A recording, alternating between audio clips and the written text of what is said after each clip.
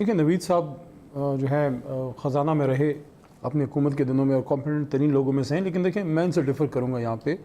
اسد عمر صاحب کا point of view یہ تھا اور اب بھی یہ ہے کہ شروع میں آئی ایم ایف کے پاس اگر وہ جاتے اور آپ اگر جو ہماری ہیلپ آئی ہمارے کو، سعودی عرب آپ گئے، آپ چائنا گئے، آپ ملیشیا گئے، آپ ٹرکی گئے، تو شاید ان دنوں اگر آپ ان کے ساتھ نیگوسیشنز کرتے بہت ٹف نیگوسیشنز آپ کو کرنی پڑتی. اب کم از کم آپ کے پاس ایک تھوڑا سا کوشن ہے. کوئی کوشن کیا ہے؟ میں سمجھتا ہوں کہ done all those things demanded by the International Monetary Fund. دیکھیں میں یہ سمجھتا ہوں کہ اگر آپ شروع کے دنوں میں جاتے، وہ جو کہتے آپ کو ماننا پڑتا. اس وقت آپ کے پاس تھوڑی بہت لیوے ہے، یہ وہ کوشن ہے جو آپ نے گین کیا. کوئی کوشن نہیں، کوئی آپ کی رائے ہے.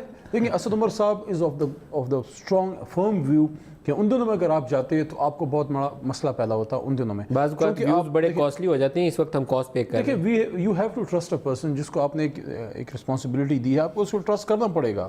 وہ اگر آپ دیکھیں ان کے منسٹر صاحب تھے، آج وہ جو ہیں وہ فیوجیٹو ہیں، فیوجیٹو فرام لا ہیں.